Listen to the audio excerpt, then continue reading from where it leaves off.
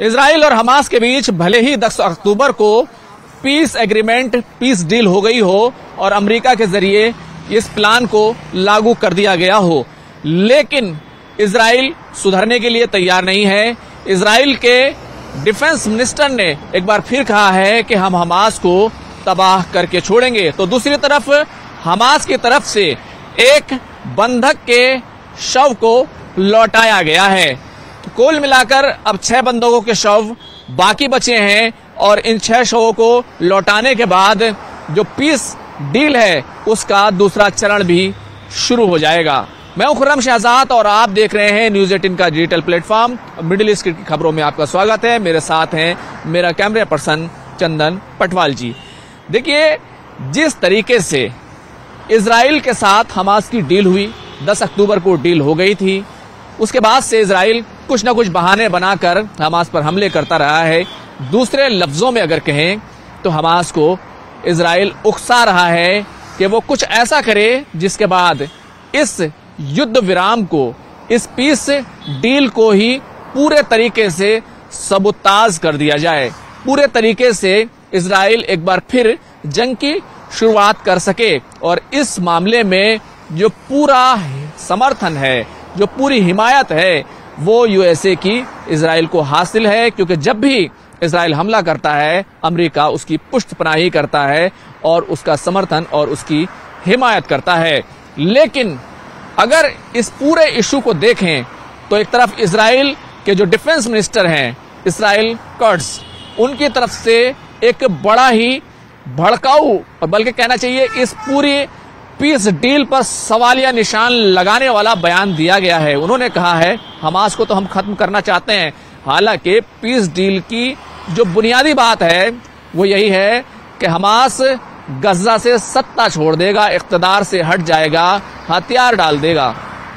लेकिन अब कर्ट्ज कह रहे हैं कि नहीं, हमें तो गाजा की सुरंगों को तबाह करना है, हमास को पूरी तरह खत्म करना है। और ये जो पीस डील हुई है, ये जो डोनाल्ड ट्रंप का जो पीस प्लान है, ये शांति, पीस नहीं बल्कि विराम है, यानी कि जंग का एक युद्ध विराम है। कुछ दिन के लिए हमने एक युद्ध विराम कर लिया है, गोया जंग का खात्मा नहीं हुआ है। तो इस तरीके से इजराइल ने कहीं ना कहीं ये साफ कर दिया है कि हम जंग में अभी भी मौजूद हैं, बस थोड़ा सा हमने वक्फा लिया है, थोड़ा सा हमने ब्रेक लगाया है। अब अगर दूसरी तरफ देखें तो इजराइल की तरफ से 15 फलस्तीनियों के शव लौटा दिए गए हैं, लेकिन उनकी जांच कैसे हो? गजा में तो पहले ही डीएनए की जांच करने के लिए किट्स मौजूद नहीं है। हालांकि इजराइल को अगर जब ये शव लौटाया गया है, ये जो उसके जो एक अमेरिकी नागरिक था उसका जो शव लौटाया गया है, उसको लौटाने के बाद अब 6 शव सिर्फ और बाकी बचे हैं, यानी कि अब दूसरा चरण शुरू होने को है।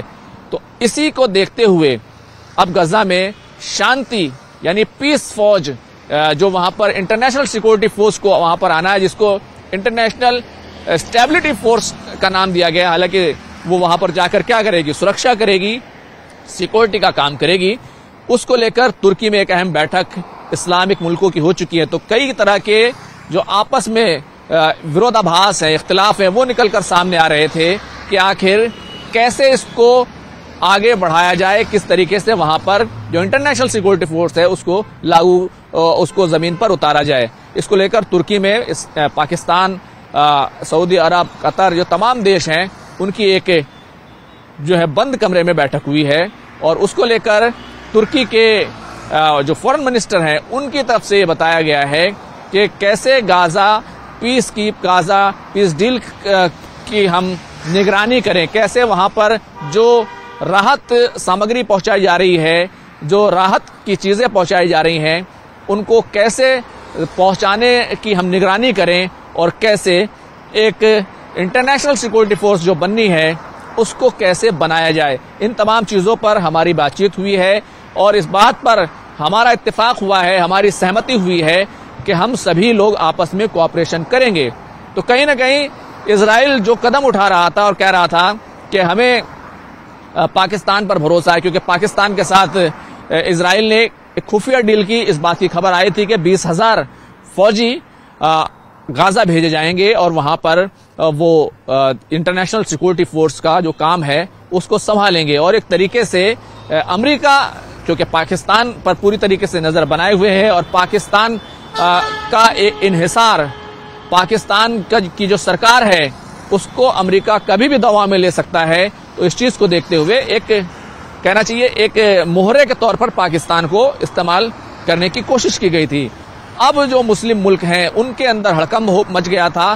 तो इन तमाम चीजों को देखते हुए आपस में एक समन्वय बनाने, एक कोऑर्डिनेशन पैदा करने के लिए ये तमाम चीजें की गई हैं। और कैसे गाजा में आगे तामीर नौ का काम किया जाए, कैसे उसका रिबिल्ट जो होना है गाजा को, उसको भी पुनर्निर्माण का जो काम है उसको लेकर के भी एक कोऑर्डिनेशन बनाने की बात कही गई थी। क्योंकि सऊदी अरब से लेकर यूएई तक जो दोनों देश हैं वो इस बात को लेकर चिंतित थे, काफी परेशान थे कि अगर वहां पर इजराइल के हमले जारी रहते हैं, इंटरनेशनल सिक्योरिटी फोर्स वहां पर नहीं होती है और हमास सत्ता से नहीं हटता है, तो फिर हम अपना करोड़ों रुपए का जो डॉलर है, जो रियाल है, हम उसको कैसे वहां पर इन्वेस्ट कर सकते हैं। तो बड़े सवाल जो थे उसमें एक कोऑर्डिनेशन पैदा करने की कोशिश की गई है। लेकिन एक दूसरी खबर भी आपको बतानी है, तालिबान और पाकिस्तान यानी अफगानिस्तान और पाकिस्तान के बीच जो झड़प हुई थी और उसके बाद 19 अक्टूबर को एक समझौता हो गया था कि आगे जंग नहीं होगी और युद्ध विराम हो गया था। हल्की झड़प के बाद ये तमाम चीजें हुई थी। और इस बीच जो अफगानिस्तान के फॉरेन मिनिस्टर हैं मुत्तकी, वो भारत के दौरे पर भी आए हुए थे। उन्होंने तमाम तरह के यहाँ पर बयान दिए थे कि अफगानिस्तान और तालिबान को कमजोर न समझा जाए। अफगानिस्तान तालिबान भले ही कमजोर हो टेक्नोलॉजी में अपनी फौज के जरिए, लेकिन हौसलों में वो पीछे नहीं है। उसको लेकर 2 दौर की बातचीत इस्तांबुल तुर्की में फेल हो गई थी। अब तीसरे दौर की बातचीत आज शुरू हुई है और उस बातचीत पर तमाम तरह की नजरें हैं। लेकिन इस बीच पाकिस्तान के जो फॉरेन मिनिस्टर हैं ख्वाजा आसिफ, उनकी तरफ से एक बयान आया है कि अगर ये बातचीत भी फेल होती है और इस बातचीत में तालिबान अगर पाकिस्तान के साथ समझौते पर तैयार नहीं होते हैं तो फिर आगे जंग होगी। इस तरीके से 2 इस्लामिक देश वो सामने एक दूसरे के आमने सामने खड़े हैं। और तीसरी तरफ जो है भारत जो है वो वहां पर अफगानिस्तान में बड़ा इन्वेस्टमेंट करने जा रहा है। दोनों के देशों के ताल्लुकात वो पटरी पर लौट चुके हैं। अफगानिस्तान यानी काबुल में भारत ने अपना दूतावास भी वहां पर खोल लिया है, एम्बुलेंस दी गई है, चाबहार पोर्ट से एम्बुलेंस को भेजे जाने की बात जो है वो की जा रही है। ये तमाम चीजें हो रही हैं। लेकिन आज की जो बातचीत है इस्तांबुल में हो रही है तालिबान और पाकिस्तान के बीच, वो काफी इंपॉर्टेंट होने वाली है। और उसमें यह तय होगा कि अफगानिस्तान और पाकिस्तान के आगे क्या ताल्लुकात रहने वाले हैं। क्या एक बार फिर से वहां पर जो तहरीक तालिबान पाकिस्तान के नाम पर पाकिस्तान ने काबुल और तमाम दूसरे शहरों में जो अफगानिस्तान के इलाके हैं उनमें जो एयर स्ट्राइक की थी, उसके बाद जो झड़पें शुरू हुई थी, वो आगे कैसे चलने वाली है, उन पर आखिर किस तरह का रिएक्शन होने वाला है और इस इलाके में हालात कैसे रहने वाले हैं।